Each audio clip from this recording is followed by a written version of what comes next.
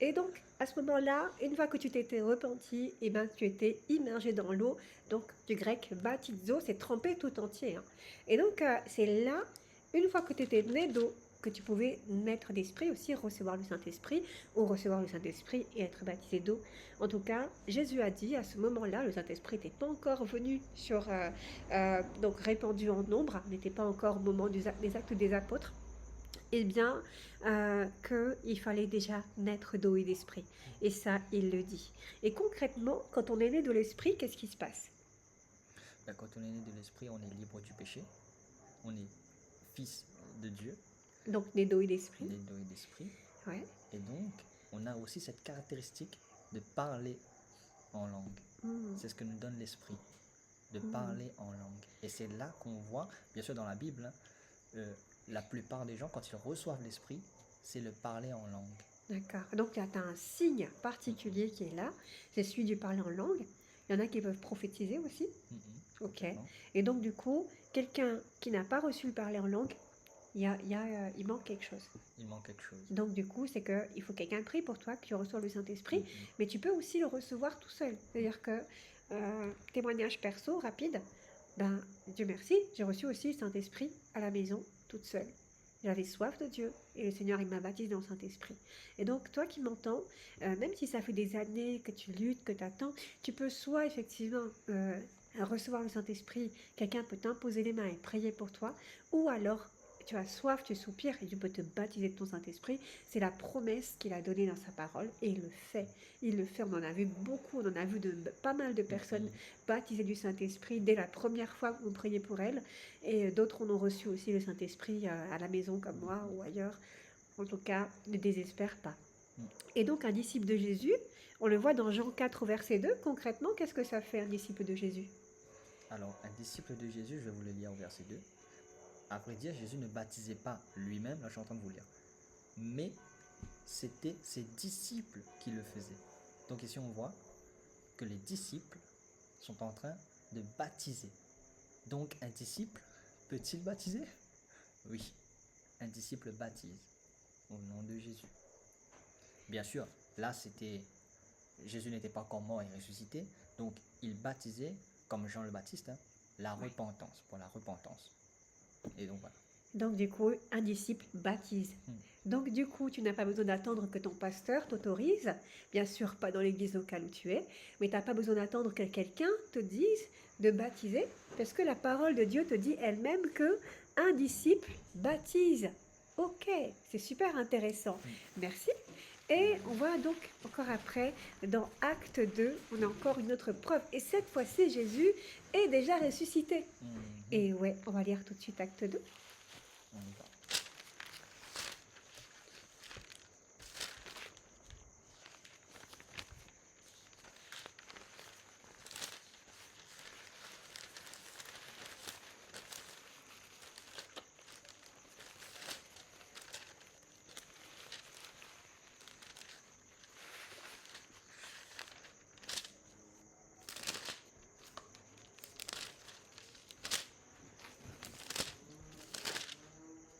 Alors, on commence à partir de quel Acte 2. verset?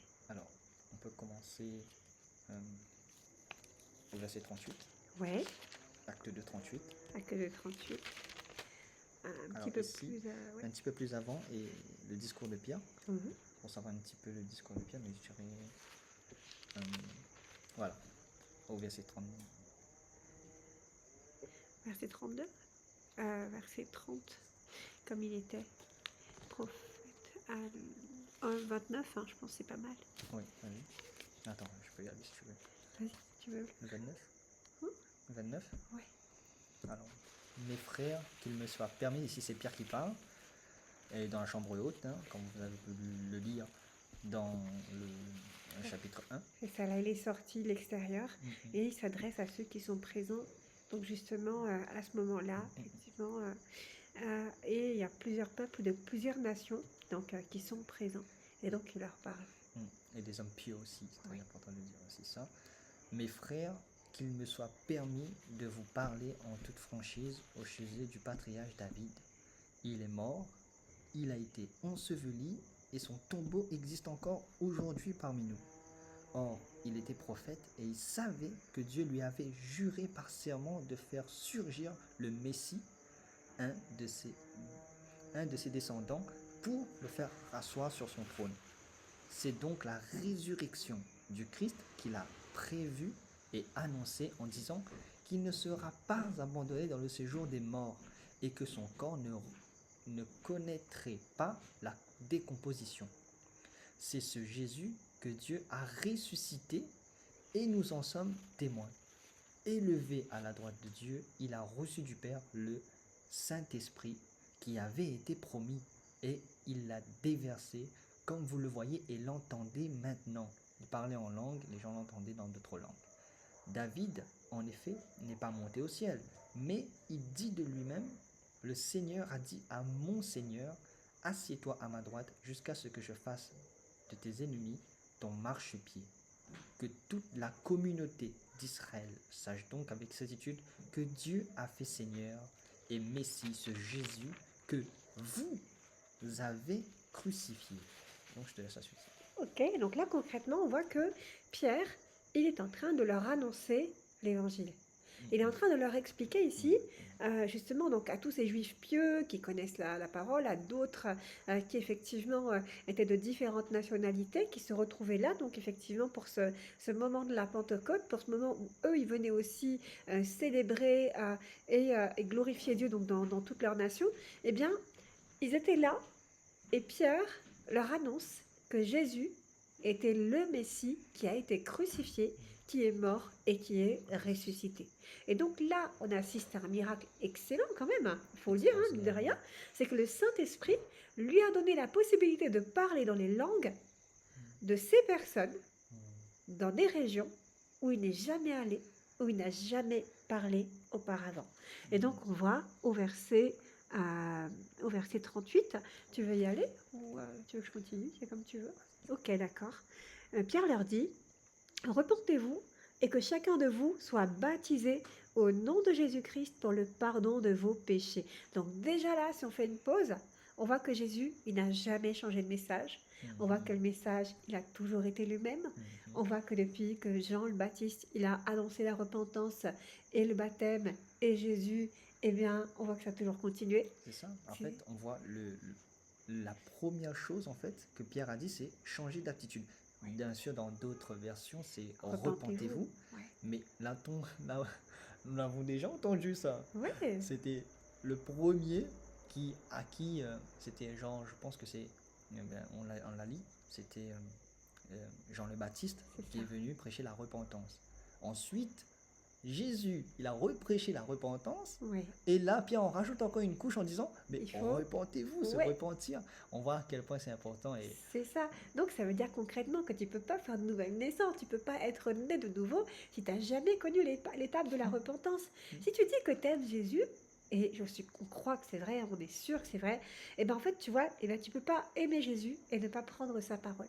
Et donc, si tu aimes Jésus et que tu aimes sa parole et que tu veux faire ce qu'il dit, on voit que la base de la base de la base, c'est quand même de commencer par naître de nouveau, en commençant par se repentir. Exactement. Et comme on le voit, on l'avait vu avec aussi, je répète beaucoup, mais c'est très important, avec Jean le Baptiste. Il disait confessez vos péchés. Oui. Vous voyez. Donc se repentir, tu veux dire par là, Mathieu, que c'est pas juste être désolé devant Dieu. Voilà, c'est ça. Je veux dire qu'il faut quand même du fruit, il faut voir le fruit de la repentance. Oui. Et ce premier fruit, je dirais, c'est déjà demander pardon à Dieu avec la parole en confessant à Dieu tes péchés, mais aussi par les actes qui viennent après. Bien sûr. Et bien sûr, tu confesses genre à voix haute. Parce qu'en fait... à voix haute. Ouais. Donc tu confesses ton péché concrètement. Et qu'est-ce qui se passe après alors? Du coup, tu as été baptisé d'eau, tu as reçu Saint-Esprit. Comment ça se voit? Parce que du coup, est-ce qu'il faut qu'il y ait un changement dans ta vie, par exemple? Mais complètement. Ouais. Complètement. Tu n'es pas la même personne, tu sens la liberté affluer en toi. Ouais. En fait, tu sens vraiment que Dieu agit.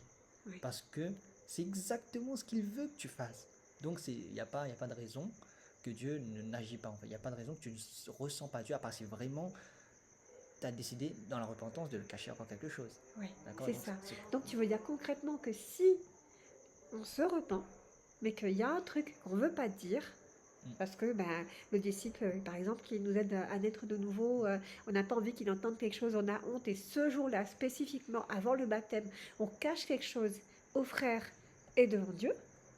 Donc tu veux dire que là, ça sert à rien, en fait, c'est ça? Ben là, oui, mais complètement. Ok. On a vu que la repentance était tellement important. De ce fait, Jean, Jésus et Pierre le prêchent. On peut pas juste. En fait, c'est tellement important en fait C'est ça. de se Et en fait, confesser. on n'est pas en train de vous prêcher une nouvelle religion, hein.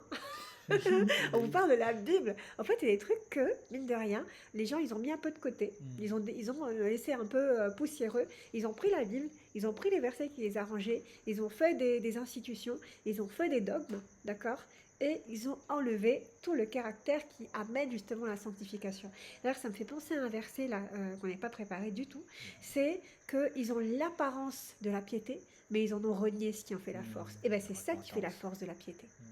C'est la repentance, le Mhm. baptême d'eau, la Mhm. réception du Saint-Esprit, Mhm. la sanctification, Mhm. l'obéissance. Mhm. Sans ces choses-là, tu ne peux pas vivre ce qui en fait de la piété. Vous ne pouvez pas naître de nouveau. Bon. Et moi, je dirais aux gens aussi, les gens qui ont peur de confesser leurs péchés, Ouais. mais Dieu ne vous condamne pas en fait. C'est clair. Il veut que vous le confessiez, vous lui demandez pardon.